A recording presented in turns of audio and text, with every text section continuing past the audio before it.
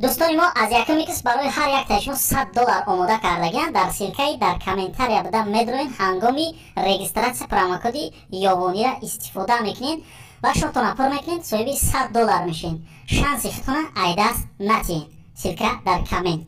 سخندانی و خوشخوانی نمیزیبد در مسکو.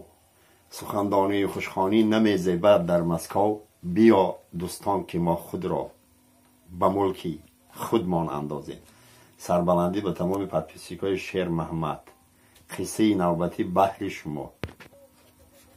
خیلی پگه روز خیلی هم دو حیثیت کار داره. سیعت قفای زندگی یا قفای مرده ها.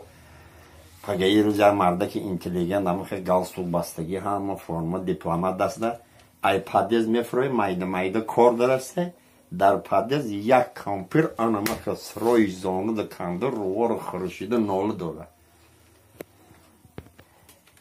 اینتلیگنت میبینه حالی کامپیر خیلی همه مادر داره زیگ میشه. گفته میبخشید ماما جان چه گفت شده ایخه گیریه داری کامپیر چی به کشیلیاگ مختی پلام دزیدم چی به ماما جان میبخشید پول بسیار بود اوجا نه بچم 50 سمک بود خیلی مرده که افتریتیت اینتلیگنت نگاه میکنه حال بال زیگ میشه کیسه هاشو در آمه کوه یا 50 سم میرون بگی اینه ماما جان بگیریه در تبو مرون ایره بگی گیریه نکو گیره نکن مگه این همه 50 سم کمپین همه خیلی میگیره حدیث میکنه که سجده میسخت چی مگه بچه جان اگر پشایمان شده باشی همون کشیلاکک منبته سربلند باشن برادرها کسی که خواهشمندی قصه های تر و تازه شیر محمد هست مرحمت به سلکه پایان بدرویم به تمام خواهشمندا کسی خواهشمند نیسته اونو پادیز قطی ره هواداران هزل و شوخی قصه نوبتی بحر شما مرحبا کوچه ده یک تا علیگرخ وزبین پولدار و مالدار پیش ده یک جیپ ای قفای لیموزین 2 تا ماشین میگاکه علیگرخ هم خیلی برده استیان راه خطی وان رفته استیان ای دوری جنگل یک کمپیرک هم خیلی با 60 متر میرویه شفیار جیب اسپید نمیکنه کمپیر که هم خیلی شپیده روی میکنه کمپیر تاری ماشین قطی میره در لبوای لیموزین میزنه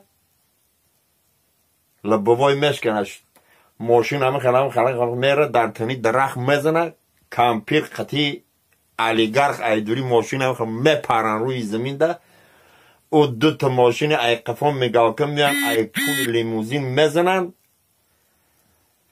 لیموزین در تنی درخت میزنن پاقه میشه علیگرخ نمیخن خواه لو ده کشال خون خلاف رفته سای چی مگه 100 دقیقه نه که کمپیر قهرمانانه هلاک است برادرای عزیز کسی که طلبگاری قصه های نوی مرحمت سلکه پایان بدروین خواهشمند باشین اگر روز ناامیدی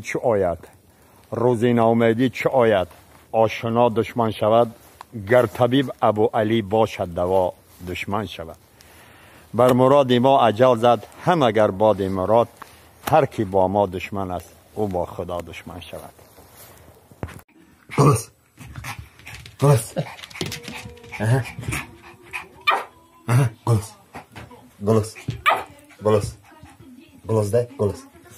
گلس ده